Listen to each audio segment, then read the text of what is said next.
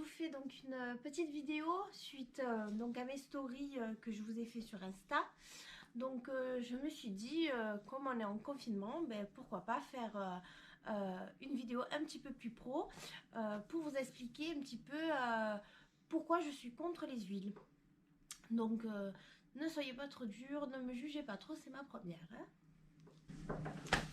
Alors pour commencer, je voulais vous faire un petit récap sur la composition donc, du cheveu. Donc le cheveu est composé de quoi? Il est composé de 95% de kératine et les 5% restants sont composés donc d'eau en premier, de lipides et ensuite des oligo-éléments.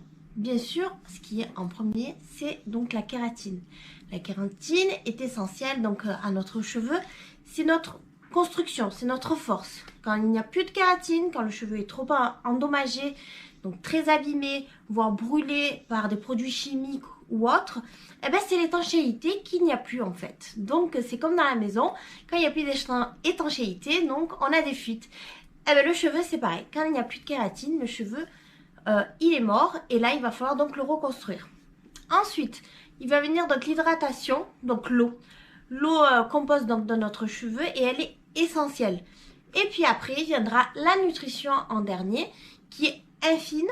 Là ça sera donc les lipides et non pas des huiles.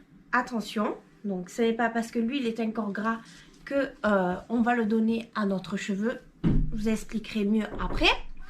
Et puis après donc on a des oligo-éléments qu'on retrouve aussi. De quoi ton cheveu a besoin? Donc, je vais le dire, kératine, eau et lipides. Alors, la kératine, donc je vous ai expliqué, donc c'est quand le cheveu est très endommagé, qu'il est brûlé. Donc là, en fait, il arrive un petit peu en fin de vie, donc il faut refaire son cycle de vie à l'intérieur, remettre en marche sa kératinisation et donc redonner l'étanchéité donc du cheveu. Pour l'hydratation, tout à l'heure, je ne vous ai pas tout expliqué. Quand le cheveu est très sec, qui est déshydraté, il est rêche, il fait un petit peu l'effet paille. Souvent, ça arrive beaucoup après l'été. Là, il va falloir donc le réhydrater, donc avec de l'eau, avec des produits que nous avons en salon et non vous, mais qui va nous permettre de garder l'eau dans votre cheveu. Donc votre cheveu peut devenir également aussi poreux quand il est déshydraté. Donc soit il va être déshydraté dû à la chaleur, dû aux plaques, dû à pas mal de choses, de la façon que vous brossez les cheveux, donc un peu comment vous le malmenez. Mais aussi il peut être poreux parce qu'il a toujours été. Vous pouvez avoir un cheveu comme ça. Donc vous devez prendre tout ce qui est shampoing, tout ce qui est soin qui soit adapté à ce type de cheveux. Pour un cheveu qui est en manque de nutrition, là il va être, donc c'est en dernier, il va être plus un petit peu cassant, fourchu. Là ça sera vraiment une ultime étape. Mais on va privilégier toujours la kératine. Alors, récemment, à la télé, en fait, sur une chaîne, je ne me rappelle plus quelle chaîne, il y a eu un documentaire justement sur ces huiles. Donc, déjà, j'étais pas du tout adepte.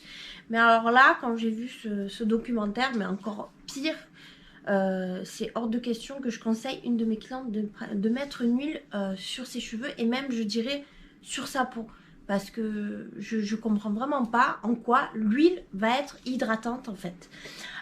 Donc récemment dans ce documentaire, il nous explique l'huile de noix de coco.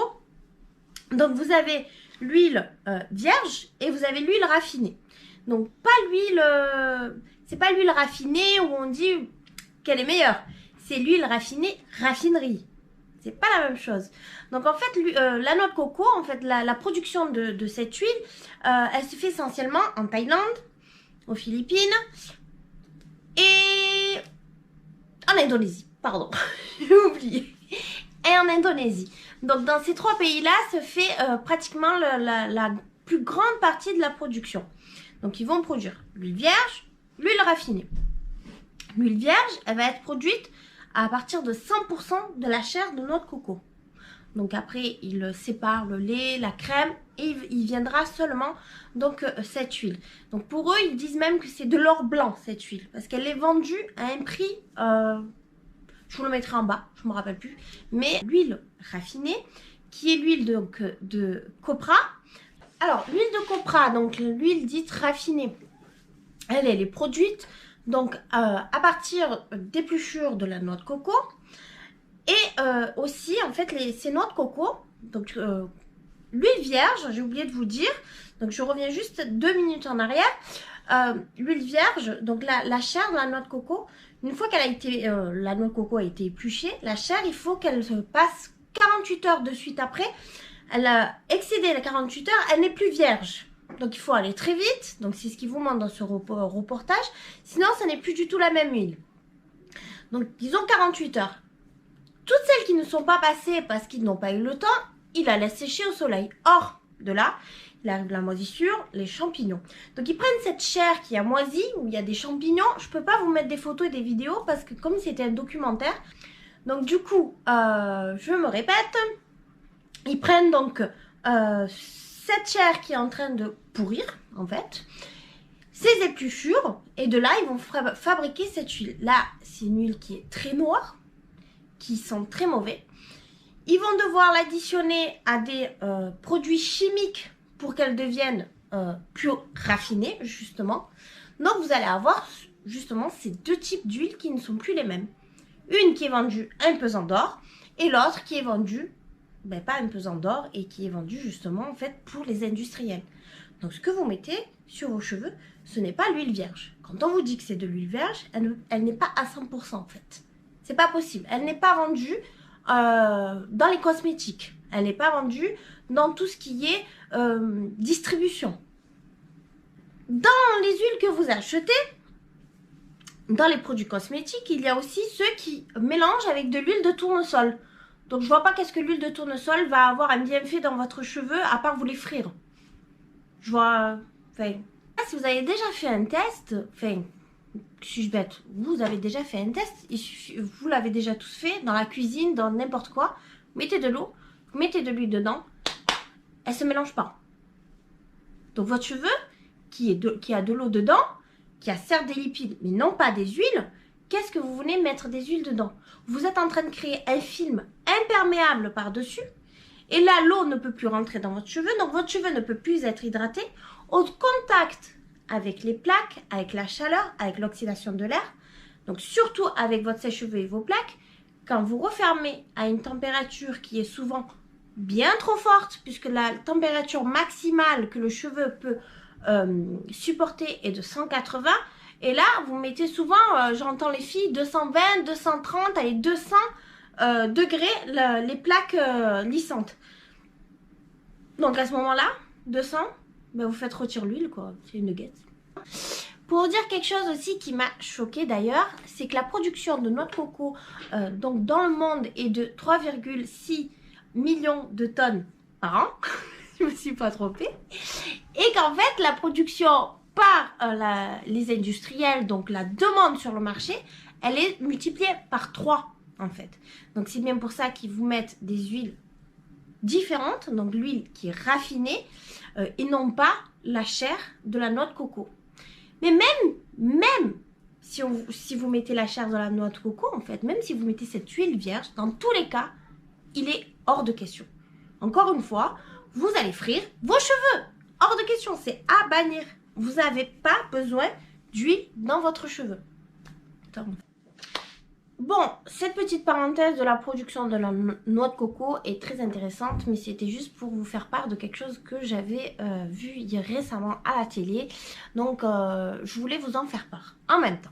Revenons, pourquoi l'huile n'est pas bonne pour nos cheveux, puisqu'il n'y a pas que l'huile noix de coco, il y a les autres huiles aussi.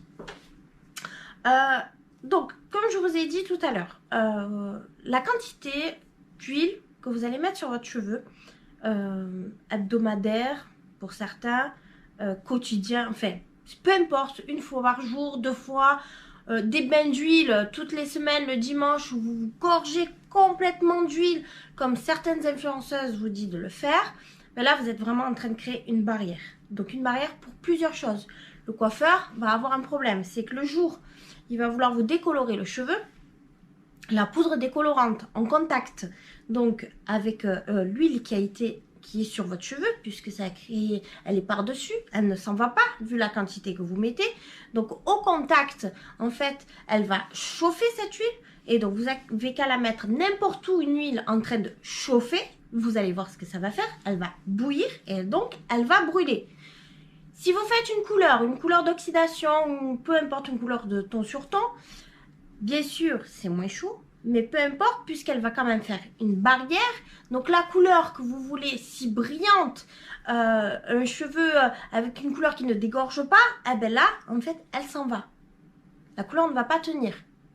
Donc elle ne sera pas aussi brillante. Donc tout ça, toutes ces huiles vont nous faire une barrière. On ne pourra pas travailler correctement. Je vous mets aussi une photo juste là. De ce que, quand on décolore, ce que ça peut faire. Ça va faire plein de petites taches. Je ne sais pas si vous voyez. Donc ça nous fait plein de petites taches sur la décoloration. Et ça, encore une fois, c'est une barrière. Selon les coiffeurs, y en a qui vont trouver vite une solution, puisqu'ils ont des produits comme nous dans le salon, où on a des dépolluants, magnets, tout ça, où on va pouvoir enlever vite les huiles. Mais il y a des coiffeurs qui n'ont pas ces produits parce qu'ils ne travaillent pas avec ces marques-là, parce qu'il y a d'autres marques aussi qui le font, mais qui n'ont pas, et ce n'est pas de leur faute, c'est de votre faute que vous mettez sans cesse de l'huile, alors qu'on vous dit de ne pas le mettre. Pourquoi écouter une influenceuse ou regarder le journal des femmes ou Claire ou bidule truc chouette, j'en sais rien, là, ces magazines? En fait, vous plongez le nez dedans, vous faites les moutons et vous faites tous pareil, en fait. Non, soyez logique. Votre cheveu, il n'y a pas d'huile dedans, donc vous n'en mettez pas. Les lipides, on va les résoudre par des protéines, tout simplement. Des protéines de soja, d'autres protéines qu'on va mettre dans votre cheveu, mais pas d'huile. Au final, l'huile, elle est ni nourrissante, ni hydratante. En fait, vous vous en servez pour votre cuisine et basta cosy. D'accord? Et je reviens sur un truc, c'est, normalement, il va vite arriver l'été. On sera sorti du confinement et on pourra aller à la plage. Les filles, le monoï, vous le passez ici, ok? Vous bronzez, mais vous ne le passez pas sur les cheveux. Sinon, les cheveux, ils vont bronzer aussi. D'accord?